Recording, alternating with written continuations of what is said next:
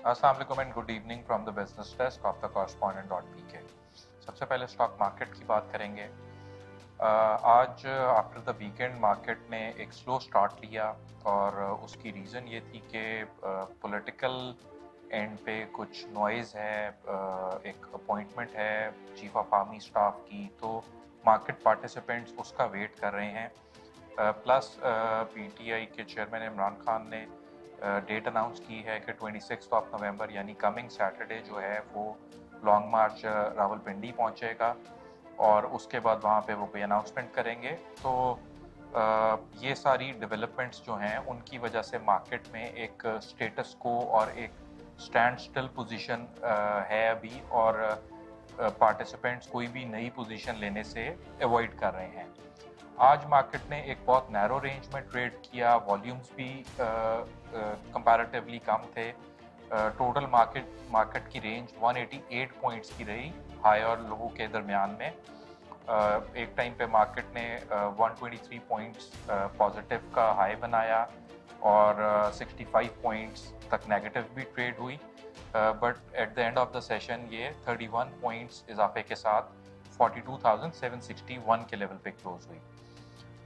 Volume total market का 132 million shares का रहा। इसमें डे ऑन डे बेसिस 30% का डिक्लाइन देखा गया, जबकि ट्रेडेड वैल्यू जो है ये 4.57 बिलियन रुपीस की रही। इसमें भी 10% का डिक्लाइन देखा गया, जबकि मार्केट कैपिटलाइजेशन में 3 अरब रुपए की कमी देखी गई। वॉल्यूम चार्ट्स पे WTL टॉप पर रहा, इसमें 14.1 मिलियन शेयर्स ट्रेड हुए। उसके बाद TRG में 10.2 मिलियन शेयर्स ट्रेड हुए और नंबर 3 पे यूनिटी रहा, इसमें 8.7 मिलियन शेयर्स ट्रेड हुए। आज जो थोड़ा सा मार्केट पार्टिसिपेंट्स का इंटरेस्ट देखने में आया वो TRG और सिस्टम्स लिमिटेड में था। TRG के शेयर में आज वॉल्यूम भी कंपैरेटिवली बेटर था और इसमें 3.55% का प्राइस गेन भी देखने में आया, जबकि सिस्टम्स लिमिटेड में 2.25% का प्राइस इंक्रीज देखने में आया। टोटल नंबर ऑफ कंपनीज जो ट्रेड हुई वो 334 थी।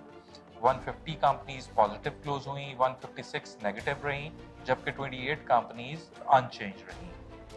गोइंग फॉरवर्ड ये रोल ओवर वीक भी है और इसमें कुछ पॉलिटिकल साइड के ऊपर भी नॉइज रहेगी, तो थोड़ी रेंज बाउंड एक्टिविटी ही नज़र आती है और सेक्टर वाइज या स्क्रिप्ट वाइज ही एक्टिविटी होगी। अक्रॉस द बोर्ड को बहुत ज़्यादा एक्टिविटी होती इस पूरे वीक में नज़र नहीं आ रही।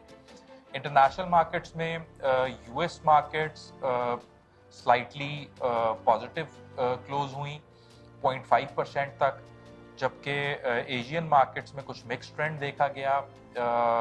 चाइना और हांगकांग नेगेटिव रही, जापानीज मार्केट प्लस रही और अभी यूरोपियन मार्केट्स में भी कुछ मिक्स ट्रेंड देखने में आ रहा है।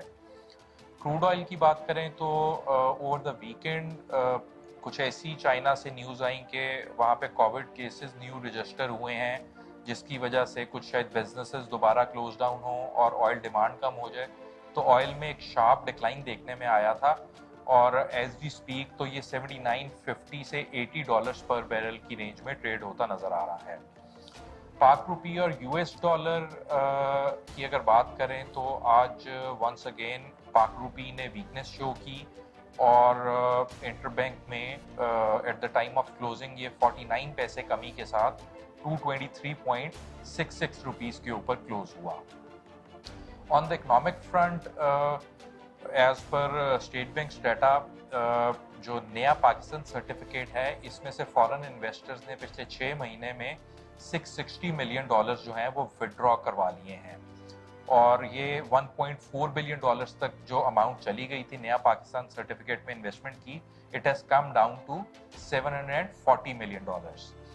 इसके अलावा अमरेली स्टील ने एक स्टेटमेंट में कहा है कि उनकी जो लॉन्ग स्टील सेल्स हैं वो 40% डिक्लाइन कर गई हैं in the last quarter because of the recent floods. और इसके अलावा इंडस मोटर कंपनी ने अभी एक अनाउंसमेंट में कहा है कि वो अपनी जो करोला वेरिएंट है और हाइलक्स के कुछ मॉडल्स हैं इनकी प्राइस इंक्रीज कर रहे हैं, जो कि 190,000 से 700,000 की रेंज में होंगी। हालांकि जब डॉलर स्ट्रांग हो रहा था, रुपी वीक हो रहा था दिन ब दिन, तब तो सारी कंपनीज प्राइसेस इंक्रीज कर रही थी, लेकिन it was a surprise announcement by the Indus motor, जबकि बाकी कंपनीज की तरफ से ऐसा कोई प्राइस इंक्रीज नहीं अनाउंस हुआ है।